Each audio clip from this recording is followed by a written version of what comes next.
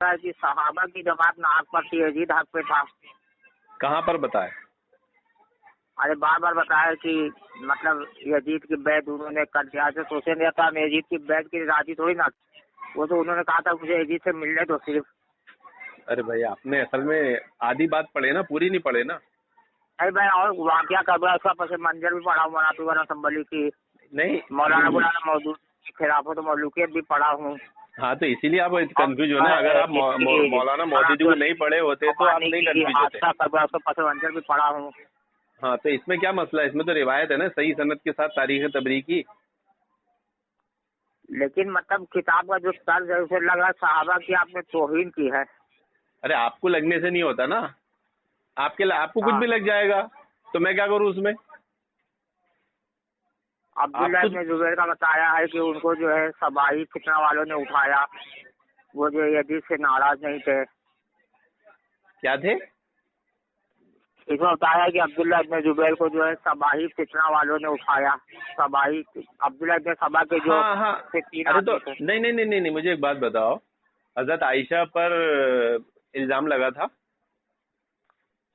حضرت عائشہ تو کیسے الزام لگا تھا؟ وہ تو صحابیہ ہیں، ام المومنین ہیں. ارے حضرت عائشہ پہ الزام نہیں لگائے تھے انہوں نے بدکاری کا، اللہ کے دن ہم نے 1 مہینہ بستر الگ کر لیا تھا. ہاں اس کو لگا تھا. تو اس میں 3 صحابہ کے نام نہیں آتے کہ وہ بھی اس مسئلے میں الجھ گئے تھے، سازش میں آ گئے تھے. ہاں تو جب کیسے آ گئے صحابہ سازش میں؟ عبداللہ ابن زبیر نہیں آ سکتے؟ جبکہ وہی کا سلسلہ بھی چالو ہے، نبی ان کے درمیان موجود ہے، اس کے بعد بھی سازش. پہلے پوری بات سنو، توجہ سے سنو، تمہارا مت سناؤ میرے کو. یہ علمی اصولی بات ہے، ہٹ دھرمی والی بات نہیں ہے. جب نبی دنیا میں موجود ہے اور اتنی خطرناک سازش ہو رہی ہے ام المومنین کے ساتھ ہی کہ اس سازش میں 3 صحابہ کا نام آ جا رہا ہے، تو اب سوچو کہ جب نبی دنیا سے جا چکے ہیں، وہی کا سلسلہ ختم ہے، تو کیسی سازش ہوگی؟ تو عبداللہ ابن زبیر آ گئے تو اس میں کیا مسئلہ ہے؟ تو ان پہ الزام آئے گا کیا؟ صحابی رسول ہے نا. تو وہ صحابی نہیں تھے جو مقام بڑا ہے نا. ارے مقام کی بات ہی نہیں چل رہی ہے نا. یہاں تو کسی شخصیت کے اوپر جو الزام لگ رہا ہے اس کی دفاع کی بات چل رہی ہے. مقام مکائی کو لیا ہے بیچ میں تم نے. تو آپ کو اس میں یزید کا دفاع کرنے کی کیا ضرورت پیش آئی؟ ارے تو کیوں نہیں کرنے کا بھائی؟ جس پر شیعہ مذہب چلتا ہے، جس پہ مسلمانوں میں سفساد اختلاف ہے، 14 سال سے امت جس میں لڑ رہی ہے، اس میں کون بولے گا؟ آپ تو بول نہیں رہے ہو، پوری دنیا بول نہیں رہی ہے، اور ان کا فتنہ پھیلتے جا رہا ہے پوری دنیا میں، تو اس پہ بولنا تو ضروری ہے نا. میں نے اہل حدیث کا مسلک دیکھا، وہ یزید کو رضی اللہ کہتے ہیں اور کیا کیا کہتے ہیں. ارے امیر المومنین کہتے ہیں بھائی، امیر المومنین یزید، اجماعی مسئلہ ہے یہ. امیر المومنین یزید پر اجماع ہے. یہ شیعہ نہیں مانتے، رافضی نہیں مانتے، مسلمانوں کو تو اجماع ہے اس پہ. کہاں اجماع ہوا ہے؟ کہاں اجماع ہوا ہے بھائی؟ آپ کہاں نہیں ہوا ہے یہ بتاؤ. جب آپ کو بولو اجماع ہے تو آپ بولو کہاں ہوا ہے. ارے اللہ کے بندو، آپ پڑھتے لو پوری آدھی بات پڑھ کے آ جاتے ہو آپ. مولانا اور آدھی میں سنو، آدھی میں سے بھی آپ نے شیعہ روافض کی اخوانیوں کے وہ پڑھ کے آئے ہو. اہل سنت کا موقف آپ کو معلوم نہیں کہ امیر المومنین یزید کو امیر المومنین یزید کتنے لوگوں نے کہا ہے. ہاں ابھی آپ اخوان کی بھی برائی کر رہے ہیں، اخوان المسلمین کی. ہاں تو اخوانی تو شیعوں کے چھوٹے بھائی ہے. اخوانی شیعہ نہیں ہے، اخوان المسلمین. ارے اخوانی چھوٹے بھائی ہے شیعوں کے. پہلے آدمی اخوانی بنتا ہے، اس کے بعد شیعہ بنتا ہے، ڈائریکٹ کوئی شیعہ نہیں بنتا. علامہ حسن البنا شہید نے جو ہے اتنا وہاں کام کیا ہے مصر میں. ارے بھائی اتنا بڑا کام کیا ہے تو یزید سے بڑے تھوڑی ہو جائیں گے. یزید کے گھوڑے کے ٹاپ پر جو دھول لگتی ہے اس کے برابر بھی نہیں ہوئیں گے. اب اہل حدیث کا مطلب دیکھ رہا ہوں امام ابو حنیفہ پہ نہیں. تو اہل حدیث کا یہ مطلب، اگر اہل حدیث کا آپ نے یہ مطلب لیا کہ یزید کی برائی کریں گے تو اہل حدیث نہیں ہے، وہ بھی آپ ہی کی طرح شیعہ اخوانی ہے. چلو اچھا میں رکھتا ہوں، مطلب آپ کا مطلب بھائی جب روایت آ گئی صحیح. دیکھو ہمارا ایمان کس پہ ہے، پہلے ایک اصول سمجھو. ہلو ہاں روایات مطلب اس میں جب نہیں پہلے آپ اصل میں آپ کی دیکھیے آپ کی کمی کمزوری کیا ہے. ہم آپ کو نہیں بول رہے، ہم آپ کو اصول سکھا رہے ہیں. تاریخ جب ہم کسی شخصیت کے بارے میں بات کرتے ہیں نا، آپ نے کیا کہا شروع میں کہ میں ان کو پڑھا ہوں، ان کو پڑھا ہوں، ان کو پڑھا ہوں، ان کو پڑھا ہوں، کہا نا آپ نے، ہے نا؟ تو ہم نے آپ کو کچھ کہا نہیں. کیوں؟ کیونکہ جن کو آپ نے پڑھا ہے نا، وہی دیکھ رہا ہوں 10 والی نہیں، یا 10 والی نہیں ہے، 20 والی ہے.